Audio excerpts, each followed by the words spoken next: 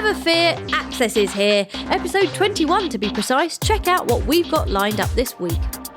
We get tricky with SSX in our PlayStation briefing, get talking to David Jaffe about the return of Twisted Metal, and invade the Access magazine offices for a PlayStation Vita photo shoot. Before all that, however, we're firing bullets round corners and looking really sexy as we do it. It's our game of the week, Syndicate.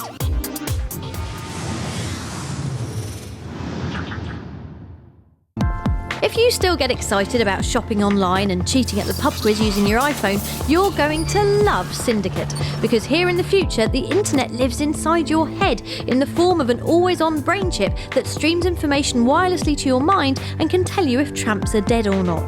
The upside is that deathmatch lag has been all but eradicated, and Amazon has gotten really good at suggested purchases. The downside is that the world is now run by a cluster of shadowy megacorporations, and commerce is the de facto religion of everywhere. Hi, I'm Gary Che, Westmeld Solutions, an Aspari company.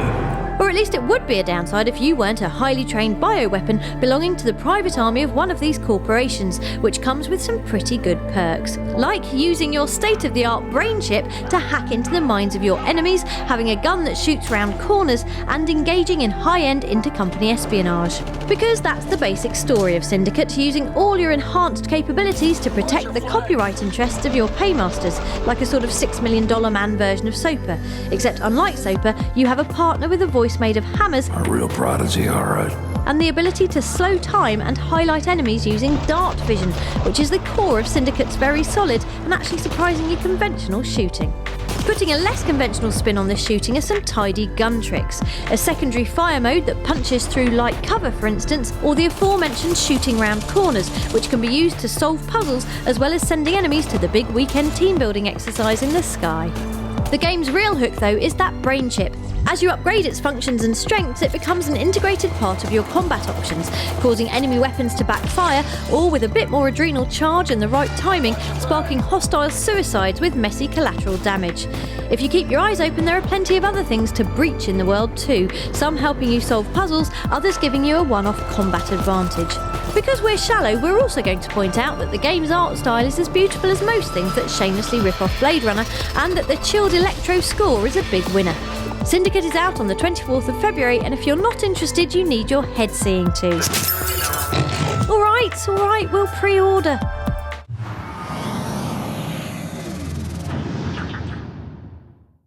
News time now as we hit you with the week's freshest stories in our PlayStation briefing. It's the return of SSX, which means it's also the return of creative director Todd Batty, who teased us about the possibility of SSX on Vita. It looks like it says sex on his shirt. I would certainly say, and I've actually said this in the past, bringing SSX to PlayStation Vita would be awesome. We just have to wait to see how this one does, and God willing, it does very well. Ditching the white stuff for the red stuff is Street Fighter Cross Tekken, an upcoming PS3 brawler pitching two genre heavyweights in a battle to see who can punch the hardest. Brilliantly, the game is also due out on Vita, so we asked Street Fighter creator and mince pie eating champion Yoshinori Ono just what the handheld version has in store. There are definitely a lot of things that are possible within the system, and a lot of things that we're thinking about implementing. And you'll find that the system has a lot of hidden capabilities that haven't really been talked about yet. We recently caught up with Media Molecule co-founders Kareem Etouini and Mark Healy, just called them Mr. and Mr. Little Big Planet, and took the opportunity to chat about the series' Vita debut. The Vita Little Big Planet is effectively a way to make your own apps. You know, it's just fantastic. So you've got a whole new interface to explore there, and I think you're going to see some great innovations and things made with that. The ideas that they're coming up with are crazy and so wonderful, so LPP, and the medium and the tool, they're like doing very tailored designs for the device. But the LPP ethos is all over it. It's beautiful. I think that's awesome. Thanks, guys. Little Big Planet explodes onto Vita in a shower of creativity later this year. And remember, the Access Vita Rooms tour hits London this Friday, and we're there all the way up to launch day. Get down there and have a go on Vita before all your mates.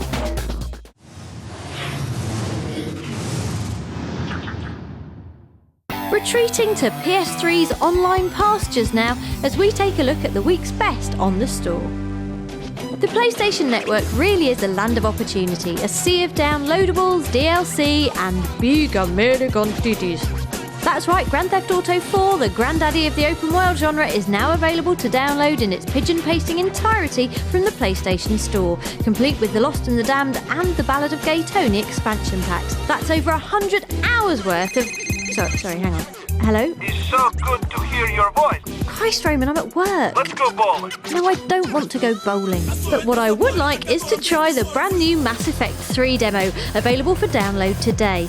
With the Reapers poised and ready for an invasion of Earth and possibly Uranus, it's up to good old Commander Sheps to look brilliant and save the day using a selection of laser-chugging guns, laser-powered fists, and laser-sharp dialogue options. I've had enough of your disingenuous assertions.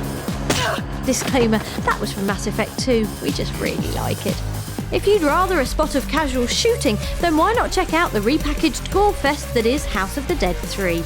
Not only do you get to fight a horde of evil creatures, but you get to do it using the new PlayStation Move controls. So it's just like being back in the arcade, minus the faint whiff of slush puppies and boys. We're generalising, of course. For all we know, your living room is full of slush puppies and boys. Mine is. You spineless beggar! At least send a kamikaze sheep to do your dirty work for you. Which just happens to be our favourite weapon in Worms Ultimate Mayhem, a 3D'd up evolution of the classic series, available from the store today. Now you can customise your worms too, right before you blast their faces off at point blank range with a rocket launcher. Suck on this! That's all from the store for now. We'll be back with more downloadables next week.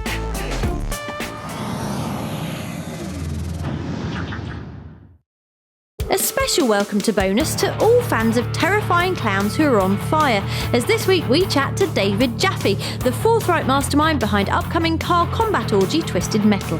First up, David gave us a typically direct assessment of Twisted Metal's appeal.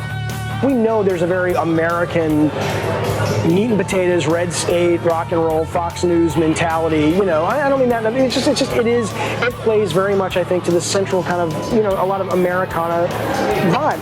Bearing that in mind, we asked if the team had ever considered changing the game to appeal more to a European audience. We sat down with Europe, a number of marketing people, PR people. We spoke with them, and they were like, you know, it was so funny, they're like, we just don't get the missiles on cars. And I'm like, guys, you created James Bond. What are you talking about? He's got a Aston Martin with missiles coming out of it. But the point is we at first tried to make a game that was slicker and sleeker. It was more kind of almost like Midnight Club meets Twisted Metal. But what we came back to us was it just felt generic. Twisted Metal is out soon and is just as foul-mouthed and awesome as Mr. Jaffe. We'll have more on the game before release.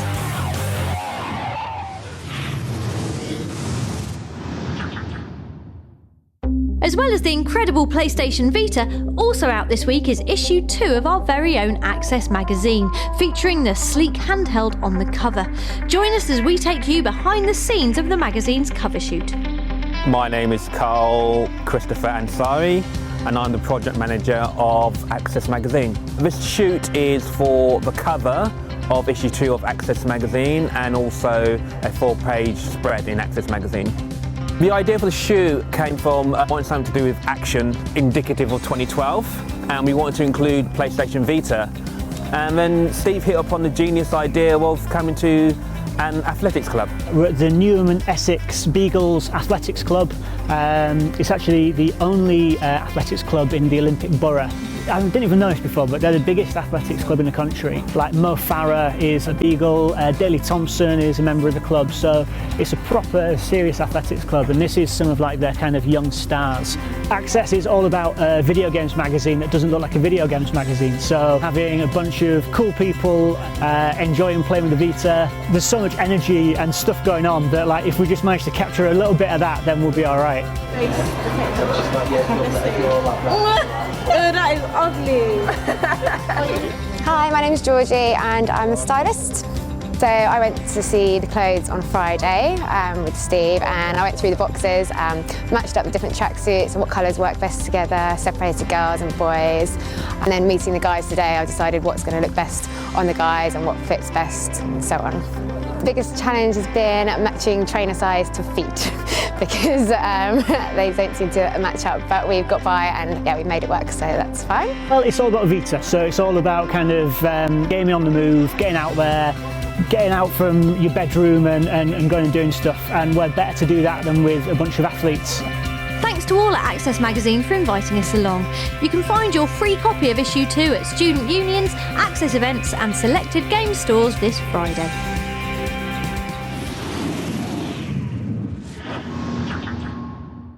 Before we go, in honour of the fact that it was Valentine's Day this week, we had a good roll in the mud with Codemaster's filthy upcoming racer Dirt Showdown and were surprised to find romance blossoming amid all the carnage and insurance claims. It's like 2 cars are kissing.